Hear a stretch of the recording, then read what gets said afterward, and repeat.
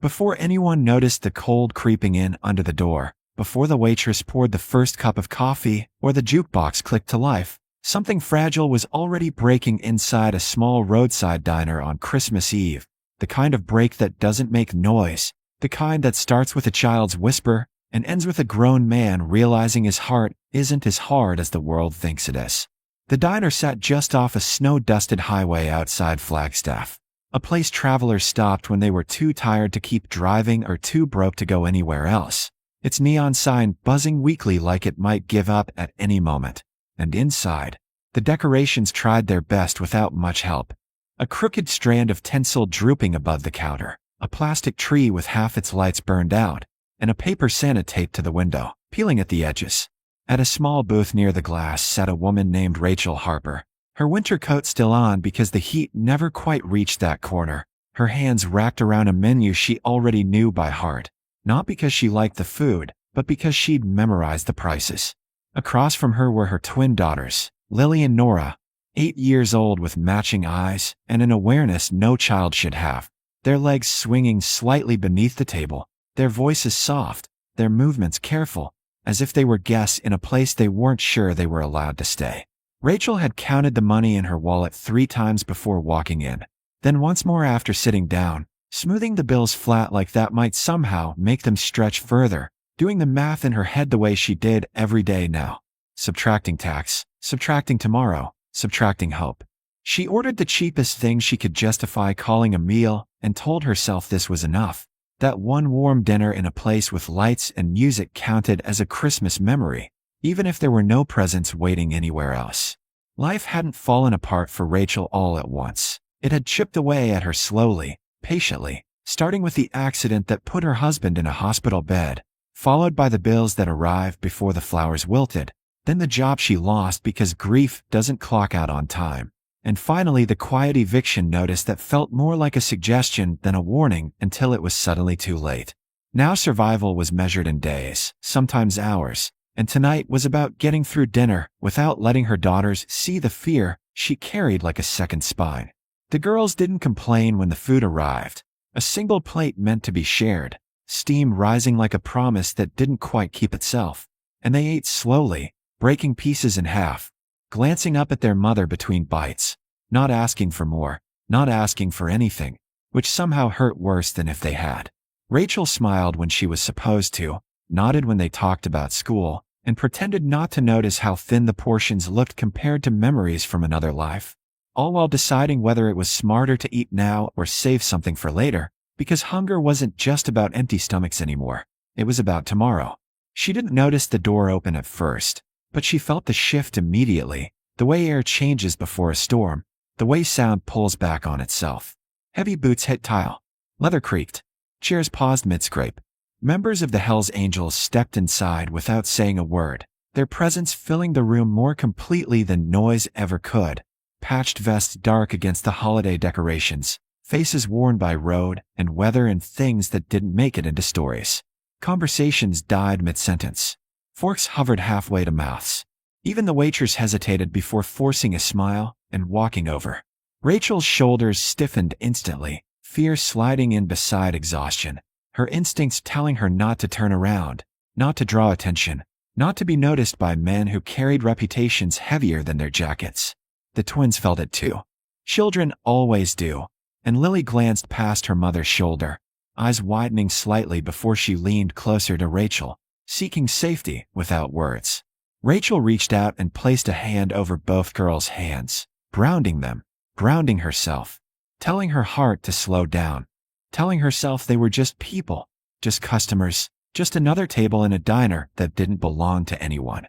Minutes passed, thick and uncomfortable, the kind of minutes that stretch when you're waiting for something you can't name, and Rachel tried to focus on the food, on the warmth, on anything other than the man behind her, and the bill folded neatly beside her plate, its weight heavier than paper should ever be. That was when the question came, not loud, not meant for anyone else, just a small voice carrying more truth than it knew how to hold. Lily looked up at her mother with eyes too serious for 8 years and asked, "Mommy, if we eat all of this tonight, will we be hungry tomorrow?" The words weren't dramatic. There was no accusation in them, just logic. just fear shaped into a sentence.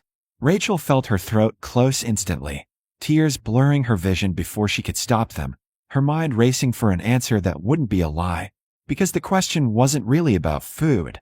It was about whether the world was safe, about whether the person they trusted most could protect them from what came next. She didn't answer right away because she couldn't, and in that pause, the diner went silent in a way that felt heavier than shouting. Behind her, laughter stopped cold.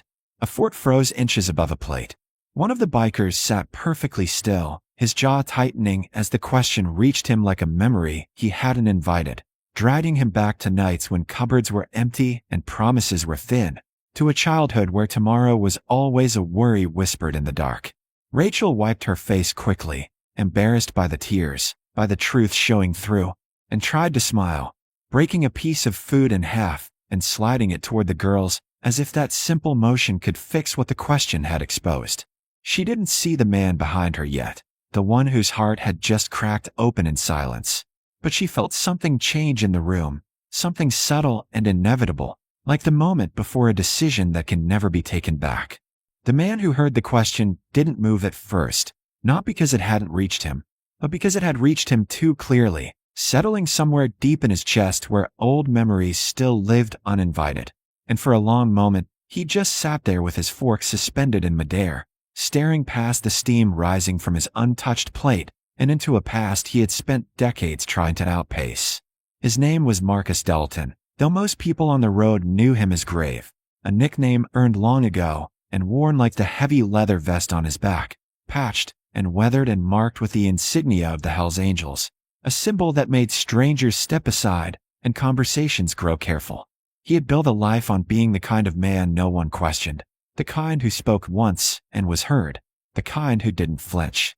But that small voice from the booth in front of him had slipped past all of that, past reputation and pride and the armor he carried without thinking.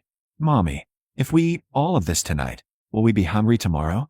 The words echoed in his head, not as sound but as feeling, because he had asked that same question once, though he hadn't remembered it in years.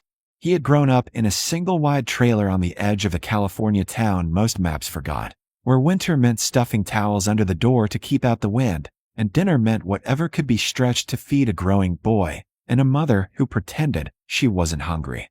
He remembered watching her push her plate toward him with a tired smile, saying she had eaten earlier, saying she wasn't that hungry anyway, saying tomorrow would be better. Tomorrow had rarely been better. And now here he was, decades later, sitting in a warm diner with money in his wallet and brothers at his table, listening to a child ask a question no child should ever need to ask. Around him, the other bikers shifted, some confused by the sudden tension, others pretending not to notice, because men like them weren't known for stepping into quiet tragedies. They were known for roaring engines and long highways and a presence that warned more than it comforted. But Marcus couldn't look away from the booth. He saw the mother's shoulders trembling slightly, the way she wiped her face too quickly, the way she tried to smile as she broke the food into smaller pieces, stretching what little they had like it might multiply under pressure. He saw the girls eating carefully, not because they were full, but because they were thinking about tomorrow. That careful eating did something to him. It pulled at something buried. He set his fork down slowly. The sound was soft, but in the hush of the diner it carried. One of the younger bikers glanced at him, raising an eyebrow as if to ask what was wrong. Marcus didn't answer. He pushed his plate aside and rested both hands flat on the table, grounding himself in the present while the past tried to take over. This wasn't a bar fight. This wasn't a turf dispute. There was no enemy to confront, no challenge to answer with force. This was quieter than that, harder than that. He stood. The scrape of his chair against the tile floor cut clean through the room. The waitress froze mid-step. A man at the counter turned on his stool. The mother stiffened instantly, pulling her daughters closer without even realizing she was doing it, her body reacting before her mind could catch up.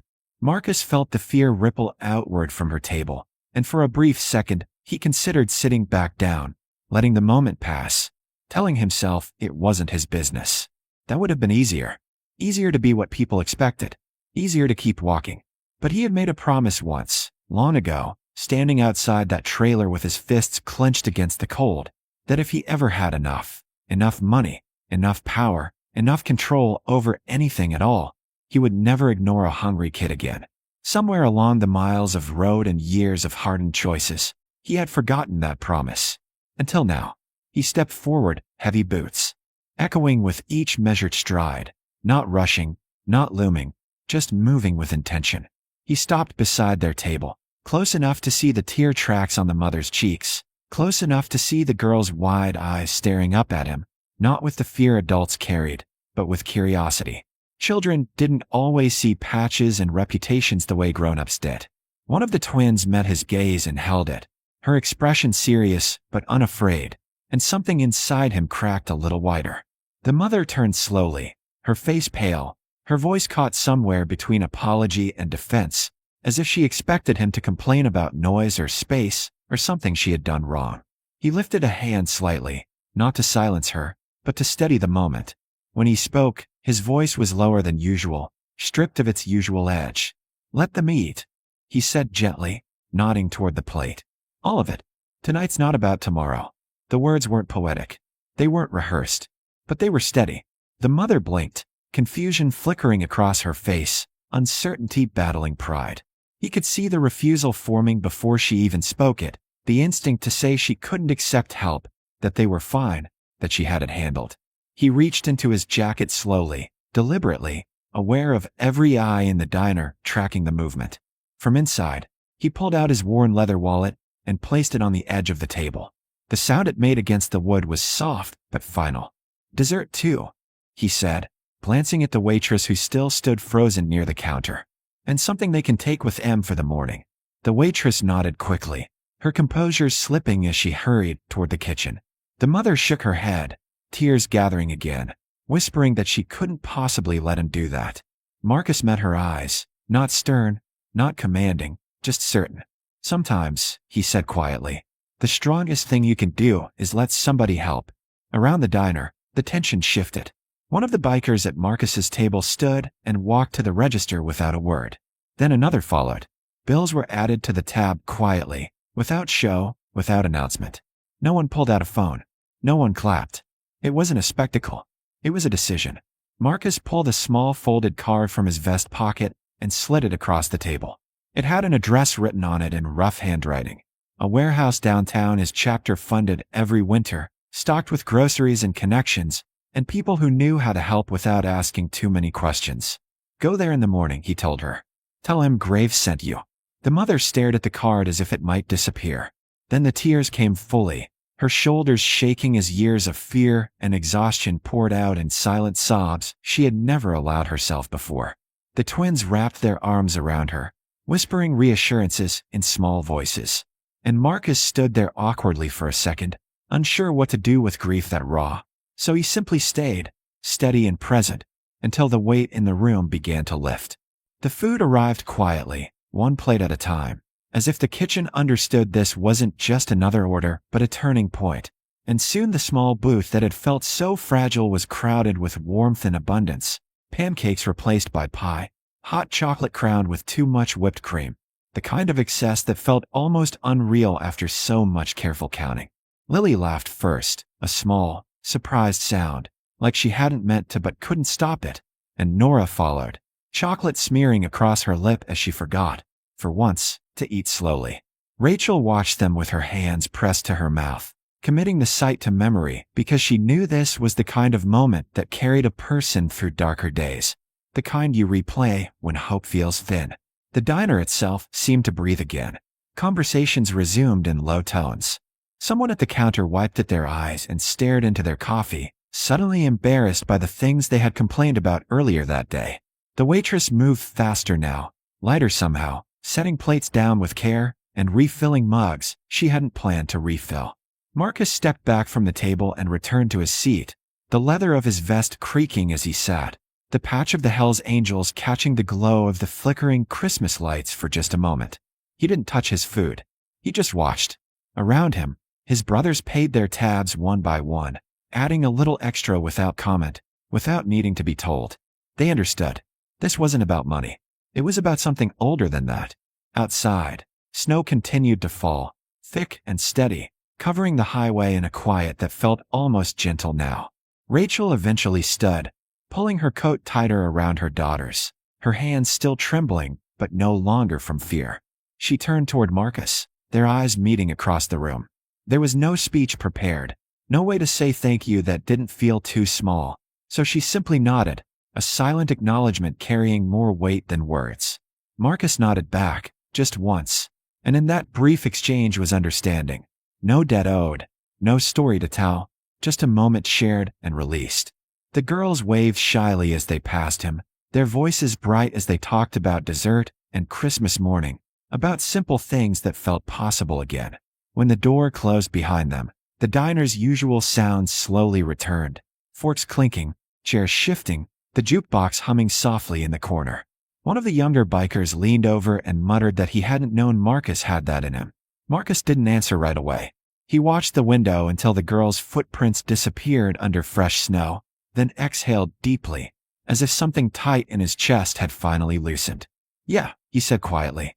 "Me neither."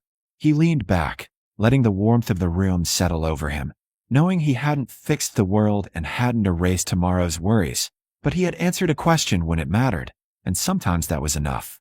Because kindness doesn't always arrive with fanfare, and hope doesn't always wear a friendly face.